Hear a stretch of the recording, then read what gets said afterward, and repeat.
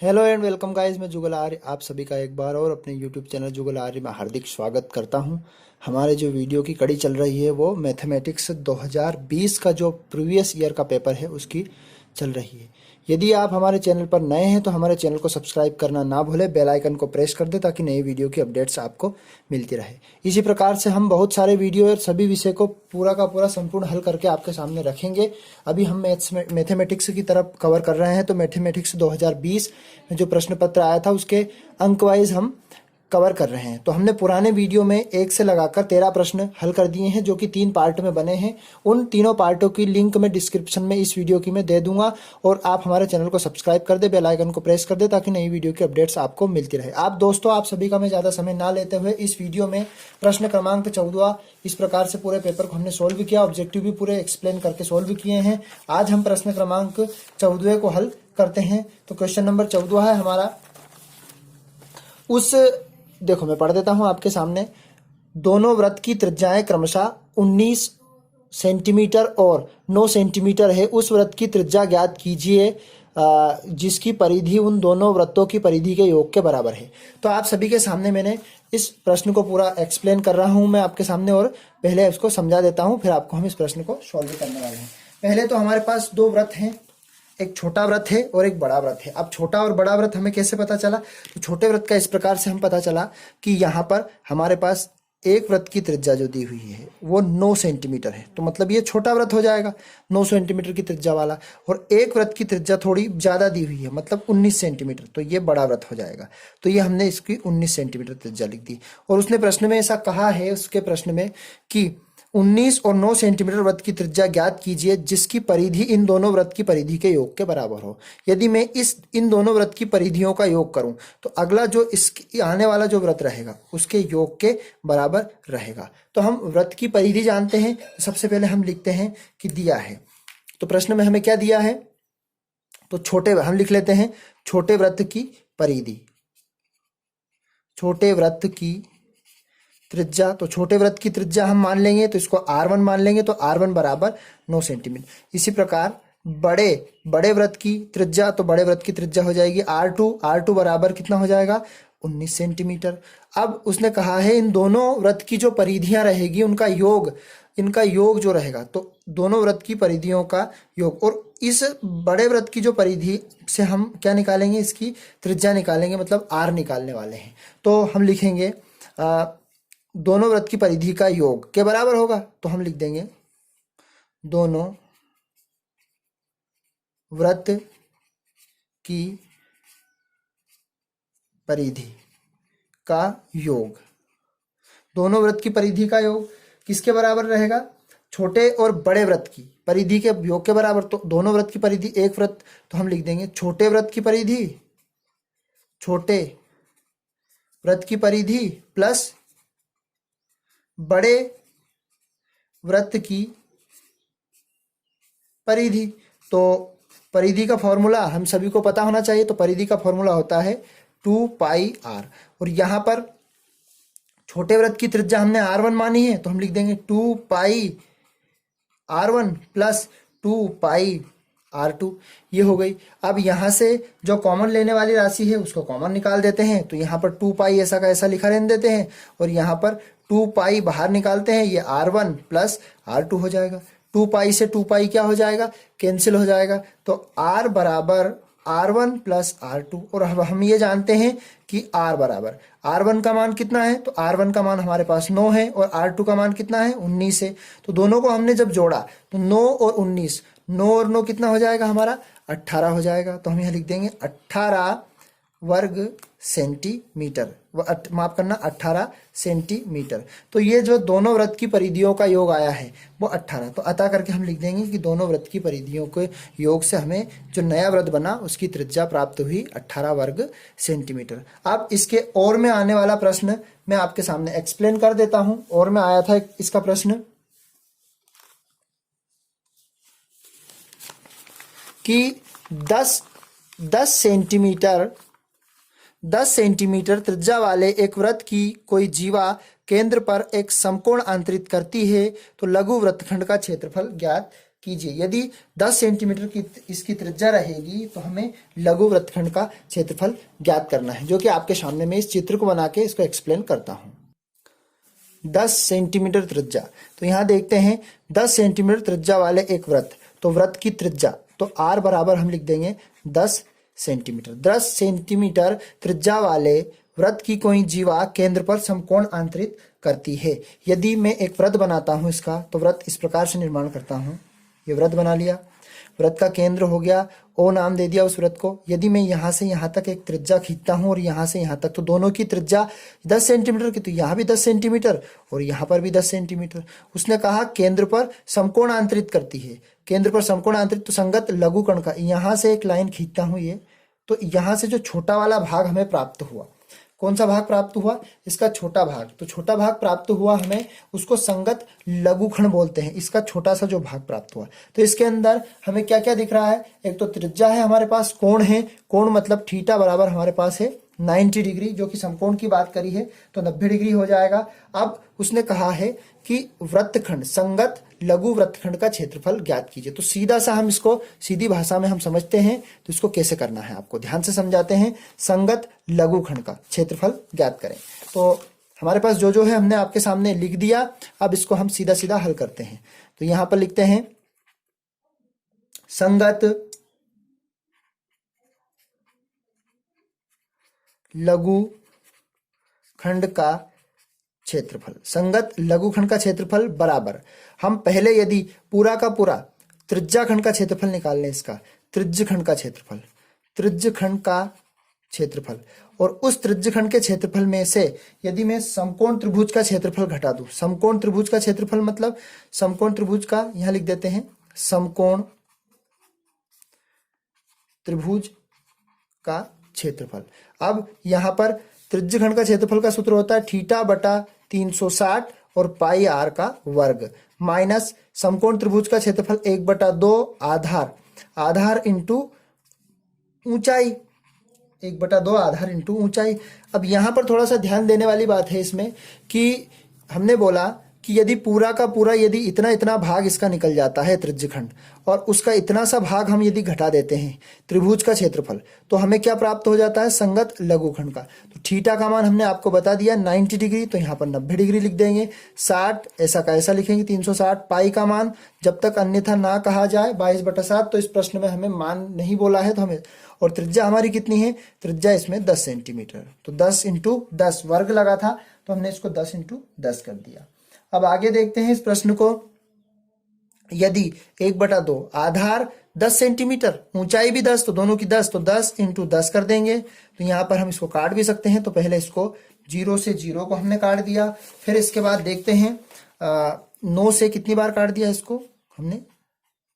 4 बार, 9 चौकू 36। अब जो कटने वाली राशि है उसको काट देते हैं। 2 से काट देते हैं हम इसको। 2 से कितनी बार कटेगा? ये सीधा सीधा काटे तो 2 से हम इसको काट सकते हैं। 2 दूने 4 और 2 पंजे 10। ये हो जाएगा 2 से कितनी बार? 5 बार। तो हम मल्टीप्लाई करेंगे तो ये 25 हो जाएगा और ये 22 हो जाएगा। तो 22 × 25 का गुणा हम आपस में करेंगे और बटे में हम इसको 7 लिख देते हैं। तो 22 × 25 जो होता है उसका मल्टीप्लाई हम आपको लिख देते हैं करके। तो सीधा सीधा ये आता है आपका 550, बटे में क्या हो जाएगा?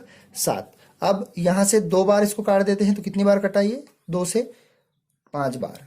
तो ये 5 का × 10 में करा तो 5 दूनी हो गया 10। दोनों को यदि 550 में हमने भाग लगाया तो कितनी बार लगेगा ये? तो 5 एक कम 5, ऐसा नहीं जा सकता, तो 55 से हमें करना पड़ेगा इसका भाग, तो 7 बार जाएगा ये। 7 7 49 और बचा आपका, तो यहाँ पर 7.57 भाग लगाने पर प्राप्त हुआ और ये 50 आ गया। अब यहाँ से हम घटाते हैं इसको, तो 0.57 तो ऐसा का ऐसा रहेगा, और 8 में से यदि 0 यहाँ है तो 0 ऐसा का ऐसा 8 हो जाएगा, और 7 में से 5 जाएगा तो बचेगा कितना? 2। तो 28.5 इसका वर्ग सेंटीमीटर आ जाएगा। तो अतः करके आप लिख सकते हैं, अतः संगत लघुखंड का क्षेत्रफल आपका आ गया 28.5। ये हमने 14वें का और वाला कर लिया। अब हम अगले प्रश्न की तरफ बढ़ते हैं, 15वां क्वेश्चन जो कि आपके सामने रखते हैं पहले। तो 15वां क्वेश्चन हमारा इस प्रश्न पत्र का कौन सा है वो आपको हम दिखा देते हैं पेपर में। इसमें कहा गया है कि सिद्ध कीजिए कि √5 एक अपरिमेय संख्या है। तो √5 कैसी संख्या है? एक अपरिमेय संख्या। अपरिमेय संख्या हम इसका विरोधाभास मान के आपके सामने सोल्व करते हैं कि √5 एक अपरिमेय संख्या किस प्रकार से है। तो वो ध्यान से देखें और समझे इसको। तो प्रश्न क्रमांक 15 को हल करते हैं, सोल्व करते हैं। इसने कहा एक अपरिमेय संख्या, लेकिन हम इसका विपरीत मान लेते हैं। माना √5 एक परिमेय संख्या है। विपरीत मानने पर, विपरीत मान लिया। अब विपरीत मान लिया यदि परिमेय संख्या है तो √5 के बराबर में हम इसको a बटा b के रूप में लिख सकते हैं। तो इसको a बटा हमने b के रूप में लिख लिया। यदि हम कह सकते हैं कि b डज नॉट इक्वल 0, क्योंकि यदि b 0 हो जाएगा तो b यदि 0 होने पर इस मान में हम भाग लगाएंगे 0 से तो वो इन्फिनिटी प्राप्त होगा। हम अब दोनों पक्षों का इसका वर्ग कर लेते हैं। तो यदि दोनों पक्षों का वर्ग करते हैं, यहाँ लिख देते हैं दोनों पक्षों का वर्ग करने पर, दोनों पक्षों का वर्ग किया तो ये वर्ग से रूट कैंसिल हो जाएगा, 5 बचेगा। यहाँ पर a का वर्ग बनेगा और यहाँ पर क्या बनेगा? b का वर्ग बनेगा। अब ध्यान से समझते हैं इस प्रश्न को। यदि मैं इसका क्रॉस गुणा इधर कर देता हूं तो ये क्या बनता है आपका? 5b का वर्ग और ये a का वर्ग।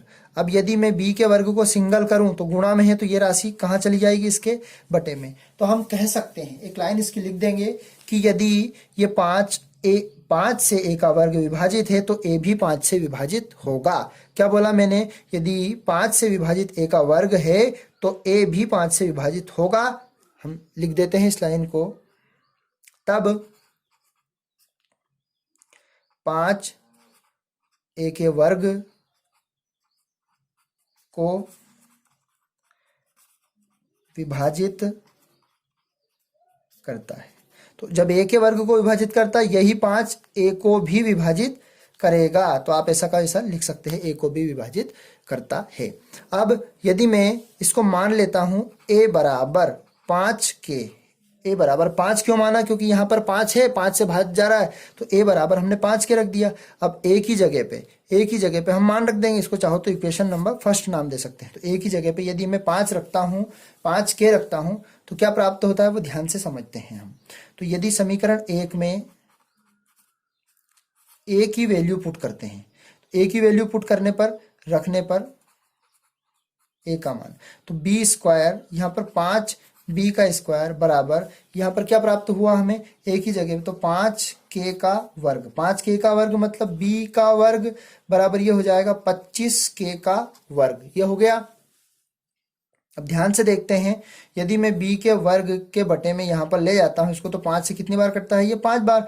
मतलब हम कह सकते हैं 5k का वर्ग, और इसी 5 को मैं b के बटे में ले जाता हूँ तो b का वर्ग बटा 5 और ये k का वर्ग। जैसे हमने a में लिखा था कि यदि b का वर्ग जो है, ये जो 5 है, 5 b के वर्ग को क्या कर देता है?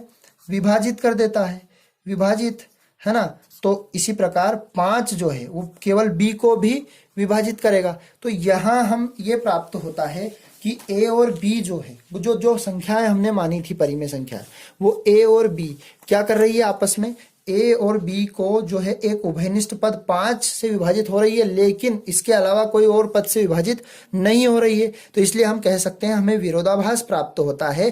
तो हम कह देंगे कि अतः √5 एक अपरिमेय संख्या है। ये आप लाइन लिख सकते हो। तो ये हमने प्रश्न क्रमांक 15 कवर किया। आप हमारे वीडियो को बड़े ध्यानपूर्वक देख रहे हैं, अपने दोस्तों के साथ शेयर कर दें और हमारे चैनल को सब्सक्राइब कर दें ताकि इसी प्रकार नए वीडियो की अपडेट्स आपको मिलती रहे।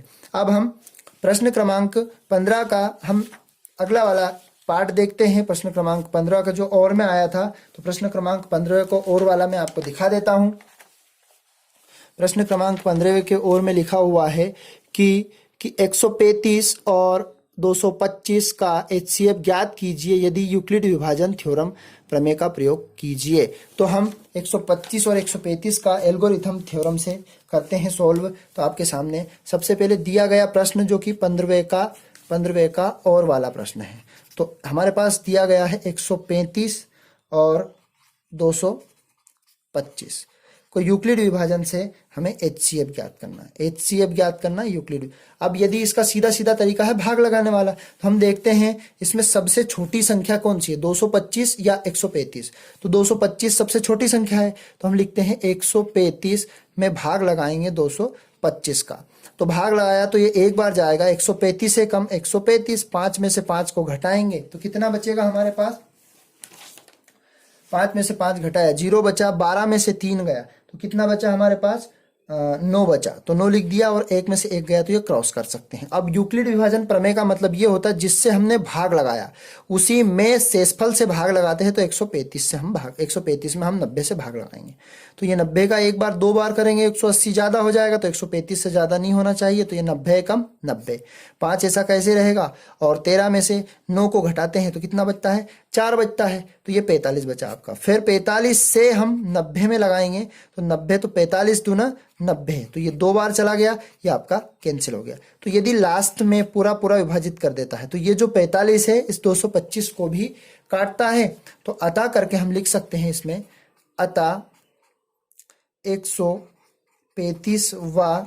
225 का HCF क्या होगा, 45 होगा। यही आपका आंसर रहेगा। हमने प्रश्न क्रमांक 15वें का और वाला भी सोल्व किया। इसी प्रकार मैं अगले प्रश्न को आपके सामने रख देता हूं, प्रश्न क्रमांक 16। प्रश्न क्रमांक 16 क्या है आपका, वो मैं आपको सीधा सीधा पढ़ देता हूं, बता देता हूं और उसको सोल्व करता हूं। ज्यादा लेंथी वीडियो ना बनाते हुए आप हमारे चैनल को सब्सक्राइब कर दे, अपने दोस्तों के साथ शेयर कर दे, बेल आइकन को प्रेस कर दे, इसी प्रकार नए वीडियो की अपडेट्स आपको मिलती रहेगी।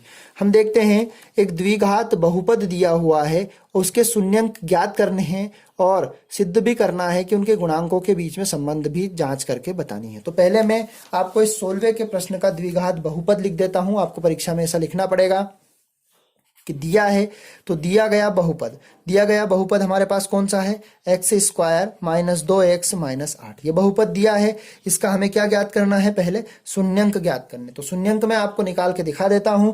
इसका वर्ग समीकरण है आपका एक, ये एक चरवी द्विघात वर्ग समीकरण है, जिसपे 2 घात होती है वो द्विघात समीकरण कहलाता है।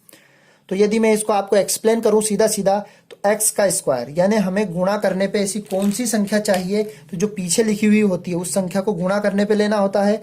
यहाँ पर x² के गुणांक में यदि कोई सी संख्या होती है तो उसका आपस में मल्टीप्लाई कर देते। सबसे पहले गुणा करने पे हमारे पास आना चाहिए -8 और जोड़ने या घटाने पे -2। तो ऐसी संख्या कौन सी हो सकती है, तो जो बड़ी संख्या होती है 4 × 2 और -4 × 2, ऐसी संख्या हमने ले ली। अब इसको जमा देता हूं, जमाने पर हमें क्या प्राप्त होता है, x का स्क्वायर माइनस, यहां पर बड़ी संख्या लिखते हैं तो -4x + 2x - 8 बराबर 0। ये हमने यहां तक सिद्ध कर दिया। यहां और यहां दोनों के जोड़े बना लेते हैं, तो दोनों के जोड़े बनाए तो ये हो जाएगा आपका x का स्क्वायर -4x कोष्टक के अंदर बंद कर दिया, प्लस करके 2x - 8, 2x - 8 बराबर 0। अब इनमें से कॉमन क्या दिख रहा है, तो हमारे पास कॉमन दिख रहा है x, तो यहां से x कॉमन निकालेंगे, x कॉमन निकाला तो ये बचेगा आपका x - 4, प्लस करके 2 यहां से कॉमन निकाला तो ये हो जाएगा x - 4 बराबर 0। अब यहां पर यहां और यहां जांच होती है इस सवाल की कि ये सवाल सही है अथवा गलत है। तो हम देखते हैं ध्यान से, ये सवाल हमारा सही है क्योंकि इसमें से एक उभयनिष्ठ निकल रहा है। उभयनिष्ठ मतलब यहां से यदि मैं x - 4 कॉमन निकाल लेता हूं दोनों में से, तो यहां पर क्या बचता है, केवल x बचता है और कोष्टक बंद करके यहां पर 2 बचता है। तो इसी प्रकार से हमें 2 शून्यंक प्राप्त होंगे। वो शून्यंक आप ध्यान से देखें कौन कौन से शून्यंक प्राप्त होंगे। तो यदि मैं लिखता हूं, इसके साइड में लिख देता हूं, तो ये हमें क्या प्राप्त हुआ, x - 4 प्राप्त हुआ एक। तो मैं यहां पर ऊपर लिख देता हूं, इसको थोड़ा सा ध्यान से आप समझें, x - 4 और x + 2। ये सवाल में आप वीडियो को रोक कर भी देख सकते हैं, पीछे आगे भी कर सकते हैं। और x - 4 बराबर 0 या x + 2 बराबर 0। तो x बराबर हो जाएगा आपका 4 या फिर x बराबर माइनस का 2। तो यहाँ पर दो शून्यंक x के कितने मान प्राप्त हुए हैं? 2। तो x बराबर -2 और 4। यदि मैं पहले शून्यंक को अल्फा मान लेता हूँ, पहले शून्यंक को, तो अल्फा बराबर -2 और बीटा बराबर आपका आ जाएगा 4। ये अतः करके लिख सकते हैं द्विघात समीकरण के दो जो शून्यंक प्राप्त हुए। लेकिन उसने प्रश्न में ऐसा बोला गया है कि जो शून्यंक आपके प्राप्त हुए हैं इस समीकरण से, उस समीकरण के बीच में संबंध भी स्थापित कीजिए। तो यदि मैं संबंध स्थापित करता हूं इसके बीच में, तो इसका संबंध क्या बनता है वो ध्यान से आप समझना। यदि इस समीकरण की तुलना में ax का स्क्वायर, तो x स्क्वायर के गुणांक में जो रहेगा वो a का मान बनेगा, तो a का मान 1 बन जाएगा, x का मान, b का मान आपका बन जाएगा -2 और c का मान बन जाएगा -8। अब शून्यंकों का योगफल, तो हम जानते हैं शून्यंकों का योगफल क्या होता है? शून्यंकों का योगफल, तो शून्यंकों का योगफल हम बताते हैं अल्फा प्लस बीटा, और इसका सूत्र होता है -b/a। तो अल्फा का मान हमारे पास कितना प्राप्त हुआ? -2। तो यहाँ पर हम लिखते हैं -2 प्लस बीटा का मान 4 प्राप्त हुआ, +4 बराबर b मतलब सूत्र का माइनस का, और ये -2 यहाँ पर लिखते हैं, और a का मान 1 है, तो 4 में से 2 को घटाया तो बचा कितना हमारे पास? 2, और ये माइनस माइनस प्लस बन जाएगा 2। तो दोनों की तुलना जब हमने करी तो दो शून्यंकों का जो योगफल प्राप्त हुआ वो बराबर प्राप्त हुआ। तो ये हो गया आपका शून्यंकों का योगफल। अब हमारे संबंध सत्यापित हुआ योगफल के लिए। शून्यंकों का क्या निकाल लेंगे? शून्यंकों का गुणनफल। तो गुणनफल निकालने के लिए हमें फार्मूला आना चाहिए इसका। तो फार्मूला क्या होता है इसका? अल्फा इंटू बीटा बराबर हो जाएगा c/a। अल्फा का मान हमारे पास -2 है जो कि आपके सामने लिखा हुआ है, और बीटा का मान आपका 4 है। c कितना है? तो c का मान हमारे पास है -8 और a कितना? 1। तो 4 का 2 में गुणा किया तो ये -8 बराबर -8। तो यहाँ पर हमने शून्यंकों का योगफल, शून्यंक निकाले, शून्यंकों का योगफल निकाला, शून्यंकों का गुणनफल निकाला, और ये कह सकते हैं अतः दोनों के बीच में संबंध भी सत्यापित है। ये प्रश्न क्रमांक हमारे 14 और 14वें से हमने आज स्टार्ट किया। 14वां प्रश्न आपका 3 अंक का था, और प्रश्न क्रमांक 15वां 4 अंक का, प्रश्न क्रमांक 16वां भी 4 अंक का, और 16वें का और वाला हम आपके सामने लेकर आ रहे हैं। तो प्रश्न क्रमांक 16वां आपके सामने मैं पढ़ देता हूं। प्रश्न क्रमांक 16वें में बताया गया है, एक बहुपद दिया हुआ है आपका x की 3x घात 4 प्लस x 6x घात 3 माइनस 2x का वर्ग माइनस 10x माइनस 5 के अन्य सभी शून्यंक ज्ञात कीजिए यदि इसके दो शून्यंक √5/3 और माइनस का √5/3 है। तो इसके दो शून्यंक ज्ञात करने हैं, निकाल के बताने हैं। दिए गए हैं दो शून्यंक, और शेष शून्यंक भी हमें निकाल के बताने हैं। तो आप ध्यान से समझे इस सवाल को, मोस्ट इंपोर्टेंट सवाल है ये। 4 अंक के प्रश्न आपके सामने चल रहे हैं। तो हमने दिए गए बहुपद को निकाल दिया, बहुपद को लिख दिया, और फिर उसके बाद शेष शून्यंक लिख दिए, और बाकी के शेष शून्यंक हमें ज्ञात करने हैं। तो यदि मैं इस सवाल को सोल्व करता हूं तो √5/3 के बराबर मैं x को मान लेता हूं, है ना, और यहीं पर एक कॉमा लगाकर माइनस का √5/3 के बराबर में भी x को मान लेता हूं। यदि मान लेता हूं तो पक्षांतरण करता हूं, तो x के साथ में यदि मैं बराबर के उधर ले जाता हूं तो ये माइनस का बन जाता है, और इसे कोष्टक में बंद कर देता हूं। इसी प्रकार बराबर के उधर इसको ले जाता हूं तो x प्लस √5/3 कर दिया। अब यहाँ पर हमें एक फॉर्मूला दिख रहा है सर्वसमी का, जिनका हमने 9th में बहुत प्रयोग किया है। ये सर्वसमी का है आपकी a माइनस b और a प्लस b। मैंने आपको बताया दो शून्यंक दिए हैं, उन दोनों शून्यंक के बराबर में x मानना है और पक्षांतरण करके इधर लेके आना। तो पक्ष थी इधर आके ये माइनस की हो गई, ये माइनस वाली वैल्यू थी इधर आके प्लस की हो गई। अब दोनों के बीच में एक सर्वसमीका का प्रयोग कर रहे हैं, a का वर्ग माइनस b का वर्ग, जहां पर a आपका x है, b √5/3 है। तो a का वर्ग मतलब x का वर्ग, और b का वर्ग मतलब माइनस का 5/3 हो गया, रूट के अंदर वर्ग लगा दिया। x का वर्ग करके यहां पर हम करते हैं इसको, ये वर्ग से रूट क्या हो जाएगा? कैंसिल, तो 5/3 बन जाएगा। इसका क्रॉस गुणा करता हूं तो ये बन जाता है आपका 3x स्क्वायर माइनस 5, और ये बटे में 3 आया था, बराबर के उधर 0 मान लिया इसके बराबर में, तो ये 0 हो गया। तो हमारे पास एक द्विघात बहुपद प्राप्त हुआ। इस द्विघात बहुपद से दिए गए बहुपद में यदि मैं भाग लगाता हूं तो हमें भागफल में एक जो बहुपद प्राप्त होगा उससे हम शून्यंक निकालने वाले हैं। तो ध्यान से देखें, इसका मैं जब भाग लगाने वाला हूं तो किस में भाग लगाऊंगा? 3x का स्क्वायर माइनस 5 से मैं किस में भाग लगाने वाला हूं? हमारे बहुपद में। तो 3x की घात 4 और प्लस करके 3x की घात 3 3x घात 4 हो गई, माफ करना ये 6x है, 6x घात 3 माइनस माइनस किया हमने तो यहाँ पर लिखा हुआ है माइनस 2x का स्क्वायर माइनस 10x माइनस 5, ये हमने लिख दिया। अब इसको डिवाइड करते हैं, तो डिवाइड करें ध्यान से। अब मैं डिवाइड करने वाला हूं, तो पहले वाले पद को देखना है, यहां पर 3 है और सेम पद लेके आना है, तो 3, तो इस प्रकार से इस वाले बहुपद में ऐसी संख्या का मल्टीप्लाई करें तो x का स्क्वायर है तो x घात 4 बन जाए। यदि मैं x के स्क्वायर से इसमें गुणा करता हूं तो 3 तो ऐसा कैसे लिख दूंगा, और x स्क्वायर ये 2 घात ये 2 घात, दोनों घात को मिला दी तो दोनों की घात आधार आधार समान, तो घाते घाते क्या हो जाएगी, जुड़ जाएंगे, तो 3x घात कितनी हो गई 4। अब इस x स्क्वायर का गुणा 5 में करूंगा तो ये माइनस का 5 और x, तो ध्यान से समझना 5x का स्क्वायर, तो 5x का स्क्वायर है, यहाँ पर x घात 3 है, तो इस पद को मैं x स्क्वायर के नीचे लिखूंगा तो ये x, क्योंकि समान जाति के पद को समान लिखते हैं, नीचे एक दूसरे के नीचे लिखा जाता है। यदि प्लस था तो ये माइनस बन जाएगा, ये माइनस था तो ये प्लस बन जाएगा, इससे ये क्या हो जाएगा, कैंसिल हो जाएगा।